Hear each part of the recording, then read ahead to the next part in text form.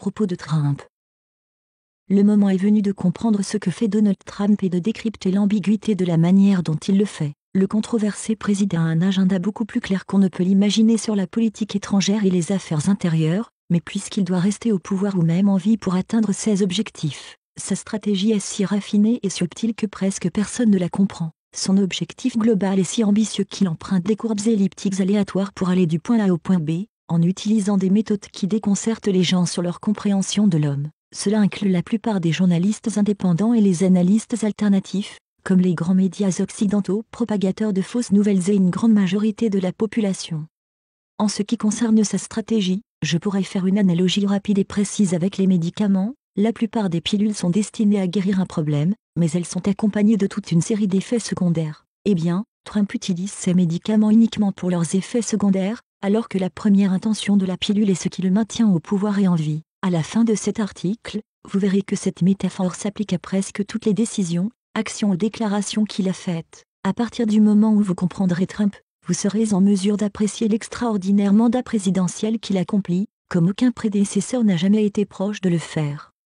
Pour commencer, clarifions le seul aspect de sa mission qui est sans détour et terriblement direct. Il est le premier et seul président US à s'être jamais attaqué au pire défaut collectif de l'humanité, soit son ignorance totale de la réalité. Parce que les médias et l'éducation sont tous deux contrôlés par la poignée de milliardaires qui dirigent la planète, nous ne savons rien de notre histoire qui a été tordue à sec par les vainqueurs. Et nous ne savons absolument rien sur notre monde actuel. En entrant dans l'arène politique, Donald a popularisé l'expression fake news, fausse nouvelle, pour convaincre les citoyens US, tout comme la population mondiale, que les médias mentent toujours. L'expression est maintenant devenue banale, mais réalisez-vous à quel point il est choquant de constater que presque tout ce que vous pensez savoir est totalement faux. Les mensonges médiatiques ne couvrent pas seulement l'histoire et la politique, mais ils ont façonné votre fausse perception sur des sujets comme l'économie, l'alimentation, le climat, la santé, surtout. Et si je vous disais que nous savons exactement qui a tiré sur JFK depuis le monticule herbeux, que la connaissance préalable de Pearl Harbor a été prouvée en cours, que l'effet de serre du dioxyde de carbone est scientifiquement absurde, que notre argent est créé par des prêts de banques qui n'ont même pas les fonds, ou que la science démontre avec une certitude absolue que le 11 septembre fut une opération interne américaine. Avez-vous déjà entendu parler d'un journaliste mainstream, d'un documentaire de PBS ou d'un professeur d'université parlant de tout cela? 44 présidents se sont succédés sans jamais soulever un mot de cet énorme problème, avant que le 45e n'arrive. Trump comprend que la libération des gens de cette profonde ignorance est le premier pas vers la liberté totale. Or il a immédiatement commencé à appeler les journalistes mainstream par ce qu'ils sont, des menteurs pathologiques. Des milliers de professionnels de la santé mentale sont d'accord avec Woodward et l'auteur de l'article d'opinion du New York Times, Trump est dangereux. Bandy X. Lee, de Conversation 2018. La question n'est pas de savoir si le président est fou, mais s'il est fou comme un renard ou fou comme un fou. Macha Gessan, de New York et 2017. Soyons clairs, pour l'establishment, Trump n'est nullement déficient, mais il est plutôt considéré comme le destructeur potentiel de leur monde. Depuis qu'il a emménagé à la Maison-Blanche, Trump a été dépeint comme un narcissique, un raciste, un sexiste et un climato-sceptique, chargé d'un passé louche et affublé de troubles mentaux. Même si environ 60% des Américains ne font plus confiance aux médias, plusieurs ont avalé l'histoire que Trump pourrait être cinglé ou inapte à diriger, et les statistiques sont encore plus élevées à l'extérieur des États-Unis. Bien sûr, Donald ne fait rien de spécial pour changer la perception profondément négative que tant de journalistes et de gens ont de lui. Il est ouvertement scandaleux et provocateur sur Twitter, il apparaît impulsif et même stupide la plupart du temps, agit de façon irrationnelle, ment tous les jours, et distribue des sanctions et des menaces comme si c'était des bonbons sortis de la hotte d'un elfe dans un centre commercial en décembre. D'emblée, on peut détruire un mythe médiatique persistant, l'image que projette Trump est autodestructrice, et c'est exactement le contraire dont les pervers narcissiques agissent, puisqu'ils veulent être aimés et admirés par tous. Donald ne se soucie tout simplement pas que vous l'aimiez ou non, ce qui fait de lui l'ultime anti-narcissique, par sa définition psychologique de base. Et ce n'est même pas ouvert aux opinions, c'est un fait tout simple et indéniable. Son plan général se dégage d'une de ses devises préférées, nous redonnerons le pouvoir au peuple, parce que les États-Unis et leur toile impérialiste tissée à travers le monde ont été entre les mains de quelques banquiers mondialistes, industriels, militaires et des multinationales depuis plus d'un siècle. Pour accomplir sa mission, il doit mettre fin aux guerres à l'étranger, ramener les soldats à la maison, démanteler l'OTAN et la CIA, prendre le contrôle de la réserve fédérale, couper tout lien avec les alliés étrangers, abolir le système financier SWIFT, démolir le pouvoir de propagande des médias, drainer le marais de l'État profond qui dirige les agences d'espionnage et neutraliser le gouvernement parallèle qui se tapit dans les bureaux du Conseil des Relations étrangères et de la Commission trilatérale. Bref, il doit détruire le nouvel ordre mondial et son idéologie mondialiste. La tâche est immense et dangereuse, c'est le moins qu'on puisse dire. Heureusement, il n'est pas seul. Avant d'aborder ces tactiques et techniques, nous devons en savoir un peu plus sur ce qui se passe réellement dans le monde. Puissante Russie. Depuis Pierre le Grand, toute l'histoire de la Russie est une démonstration permanente de sa volonté de maintenir son indépendance politique et économique vis-à-vis des banques internationales et de l'impérialisme, poussant cette grande nation à aider de nombreux autres pays à conserver leur propre indépendance. Par 2 fois, la Russie a aidé les États-Unis contre l'Empire britannique de Rothschild, d'abord en les soutenant ouvertement pendant la guerre d'indépendance, puis encore pendant la guerre civile, alors que Rothschild finançait les confédérés pour démanteler la nation et la ramener sous la coupe de l'Empire colonial britannique. La Russie a également détruit Napoléon et les nazis, tous deux financés par des banques internationales comme outil pour écraser des nations économiquement indépendantes. L'indépendance est dans l'ADN russe. Au terme de presque une décennie d'oligarchie occidentale ayant pris le contrôle de l'économie russe après la chute de l'URSS en 1991, Poutine a pris le pouvoir et a immédiatement drainé le marais russe. Depuis lors, chacune de ces actions vise à détruire l'Empire US, ou l'entité qui a remplacé l'Empire britannique en 1944, qui est aussi la dénomination non associée aux théories de la conspiration du nouvel ordre mondial. Ce nouvel empire est fondamentalement le même modèle des banques centrales, avec juste un groupe légèrement différent de propriétaires qui ont changé l'armée royale britannique pour l'OTAN, comme Gestapo mondial. Jusqu'à l'arrivée de Trump, Poutine luttait seul contre le nouvel ordre mondial dont l'obsession séculaire est le contrôle du marché mondial du pétrole, puisque le pétrole est le sang qui coule dans les veines de toute l'économie mondiale. Le pétrole a 1000 fois plus de valeur que l'or. Les cargos, les avions et les armées ne fonctionnent pas avec des batteries. Par conséquent, pour contrer les mondialistes, Poutine a mis au point les meilleurs systèmes de missiles offensifs et défensifs, de sorte que la Russie peut désormais protéger tous les producteurs de pétrole indépendants comme la Syrie, le Venezuela et l'Iran. Les banquiers centraux et le gouvernement de l'ombre US s'accrochent toujours à leur plan mourant, car sans une victoire en Syrie, il n'y a pas d'élargissement d'Israël, mettant ainsi fin au fantasme centenaire d'unir la production pétrolière du Moyen-Orient entre les mains du nouvel ordre mondial. Demandez à Lord Balfour si vous avez le moindre doute. C'est ça le véritable enjeu de la guerre de Syrie, il ne s'agit rien de moins que d'y arriver ou de mourir. Un siècle de mensonges. Maintenant, parce qu'un gouvernement de l'ombre commande directement la CIA et l'OTAN au nom des banques et des industries, Trump n'a aucun contrôle sur l'appareil militaire. L'État profond est un chapelet de fonctionnaires permanents gouvernant Washington et le Pentagone qui ne répondent qu'à leurs ordres. Si vous croyez toujours que c'est le commandant en chef qui commande, expliquez pourquoi à chaque fois que Trump ordonne de se retirer de Syrie et d'Afghanistan, des troupes supplémentaires arrivent. Au moment où j'écris ce texte, les troupes US et de l'OTAN se sont retirées des zones kurdes, se sont rendues en Irak et sont revenues avec du matériel plus lourd autour des réserves pétrolières de la Syrie. Donald doit encore drainer le marais avant que le Pentagone n'écoute ce qu'il dit. Trump devrait être outré et dénoncer à haute voix que le commandement militaire ne se soucie pas de ce qu'il pense, mais cela déclencherait un chaos inimaginable, et peut-être même une guerre civile aux États-Unis. Si les citoyens qui possèdent environ 393 millions d'armes dans leur maison apprenaient que des intérêts privés sont en charge de l'armée, cela soulèverait également une question très simple, mais dramatique. Quel est exactement le but de la démocratie? Ces armes domestiques sont les barrières de titane qui protègent la population d'un Big Brother totalitaire. Il faut se rendre compte à quel point l'armée US et les agences d'espionnage se donnent du mal pour créer des opérations sous faux drapeau, false flag, depuis plus d'un siècle, de sorte que leurs interventions semblent toujours justes, au nom de la promotion de la démocratie, des droits humains et de la justice sur la planète. Ils ont fait sauter le navire Maine en 1898 pour entrer dans la guerre hispano-états-unienne, puis le Lusitania en 1915 pour entrer dans la Première Guerre mondiale. Ils ont poussé le Japon à attaquer Pearl Harbor en 1941, étaient au courant de l'attaque 10 jours à l'avance et n'ont rien dit à la base hawaïenne. Ils ont inventé une agression de torpilles nord-vietnamiennes contre leurs navires dans la baie du Tonkin pour justifier l'envoi de soldats sur le sol vietnamien. Ils ont inventé une histoire de soldats irakiens détruisant des pouponnières pour envahir le Koweït en 1991. Ils ont inventé des armes de destruction massive pour attaquer de nouveau l'Irak en 2003 et ont organisé l'opération du 11 septembre 2001 pour déchirer la Constitution de 1789, attaquer l'Afghanistan et lancer une guerre interminable contre le terrorisme. Ce masque de vertu totalement factice doit être préservé pour contrôler l'opinion des citoyens US et leur arsenal domestique, qui doivent croire qu'ils portent les chapeaux blancs des cow-boys de la démocratie. Or, comment Trump a-t-il réagi quand il a appris que les troupes US revenaient en Syrie? Il a répété encore et encore dans chaque interview et déclaration que nous avons sécurisé les champs pétroliers de Syrie, et a même ajouté « Je pense envoyer Exxon dans la région pour s'occuper du pétrole syrien ». Les néoconservateurs, les sionistes et les banques étaient ravis, mais le reste du monde est outré, car la grande majorité ne comprend pas que Trump avale cette pilule uniquement pour ses effets secondaires. Sur le flacon est écrit en petits caractères que l'utilisation de cette drogue pourrait forcer les troupes US OTAN à quitter la Syrie sous la pression de la communauté mondiale unie et de la population US ahurie. Trump a rendu la situation insoutenable pour l'OTAN de rester en Syrie, et la façon dont il a répété cette position profondément choquante et politiquement incorrecte dévoile clairement ses véritables intentions. Il a détruit plus d'un siècle de fausses vertus en une seule phrase. Trump est un anachronisme.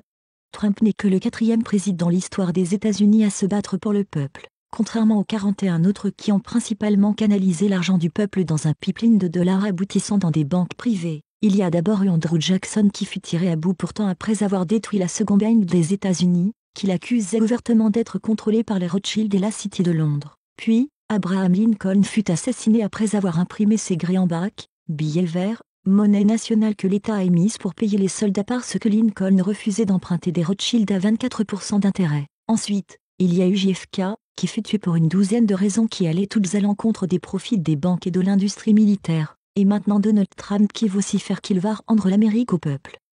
Comme la plupart des hommes d'affaires, Trump déteste les banques, pour le pouvoir formidable qu'elles ont sur l'économie. Il suffit de jeter un coup d'œil au livre unique d'Henry Ford, The International Jew, pour découvrir sa méfiance et sa haine profondes envers les banques internationales. Les entreprises de Trump ont beaucoup souffert à cause de ces institutions qui vous vendent un parapluie, pour le reprendre dès qu'il se met à pleuvoir. Le contrôle des banques privées sur la création monétaire et les taux d'intérêt, à travers chaque banque centrale de presque tous les pays, est un pouvoir permanent sur les nations, bien au-delà du cycle éphémère des politiciens. En l'an 2000, ces pilleurs de nations n'étaient plus qu'à quelques pas de leur rêve totalitaire planétaire, mais deux détails subsistaient, Vladimir Poutine et 393 millions d'armes US. Puis est arrivé Donald au visage orange, la dernière pièce du puzzle dont nous, le peuple, avions besoin pour mettre fin à 250 ans de l'empire des banques. Technique et tactique.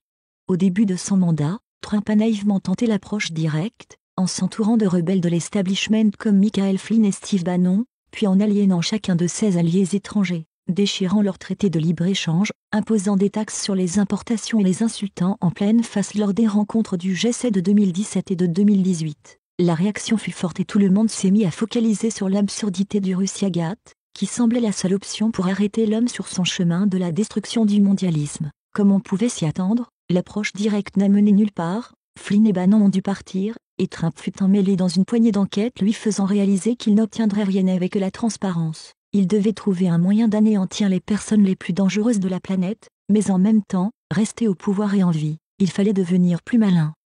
C'est à ce moment que son génie a explosé sur le monde. Il a complètement changé sa stratégie et son approche, a commencé à prendre des décisions absurdes et à Twitter des déclarations scandaleuses. Aussi menaçantes et dangereuses que certains d'entre elles puissent paraître, Trump ne les a pas verbalisées pour leur signification au premier degré, mais visait plutôt leurs effets secondaires. Et sans se soucier de ce que les gens pensaient de lui, car seuls les résultats comptent à la fin. Il a même joué au bouffon sur Twitter, avait l'air naïf, fou carrément idiot, peut-être dans l'espoir de faire croire qu'il ne savait pas ce qu'il faisait, et qu'il ne pouvait pas être si dangereux. Trump, qui était déjà politiquement incorrect, a poussé beaucoup plus loin pour montrer l'horrible visage que les États-Unis cachent derrière leur masque. Le premier test de sa nouvelle approche fut d'arrêter le danger croissant d'une attaque et d'une invasion de la Corée du Nord par l'OTAN. Trump a insulté Kim Jong-un sur Twitter, l'a appelé Rocketman et a menacé de nucléariser la Corée du Nord au ras du sol.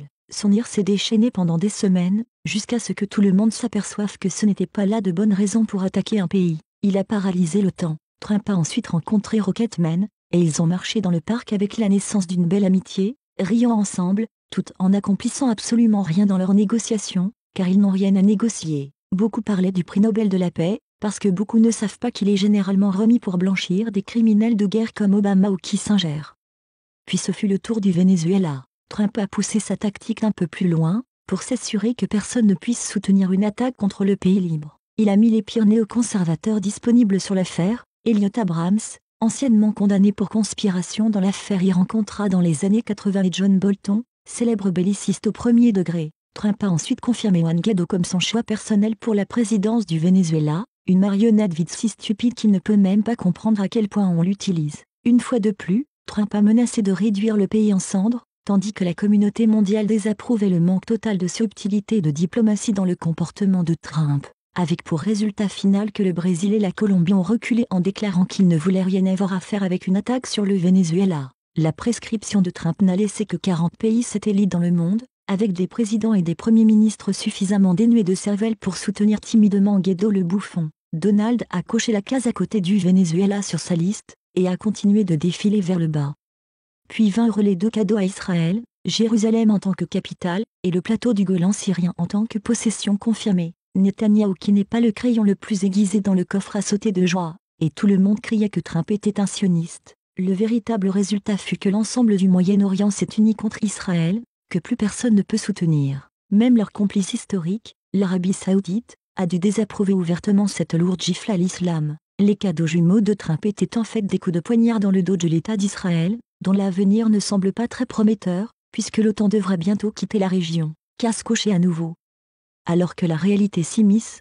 Mais ce n'est pas tout. Avec son absence de contrôle sur l'OTAN et l'armée, Trump est très limité dans ses actions. À première vue, la multiplication des sanctions économiques contre des pays comme la Russie, la Turquie, la Chine, l'Iran, le Venezuela et d'autres pays semble dure et impitoyable. Mais la réalité de ces sanctions a poussé ces pays hors du système financier SWIFT conçu pour maintenir les pays esclaves dans l'hégémonie du dollar, et ils glissent tous entre les mains des banques internationales. Elles ont forcé la Russie, la Chine et l'Inde à créer un système alternatif de paiements commerciaux basé sur les monnaies nationales, au lieu du dollar tout-puissant. La réalité bipolaire du monde est maintenant officielle, et avec ces prochaines sanctions à venir, Trump poussera encore plus de pays hors du système SWIFT pour rejoindre l'autre camp, au moment où d'importantes banques commencent à tomber en Europe.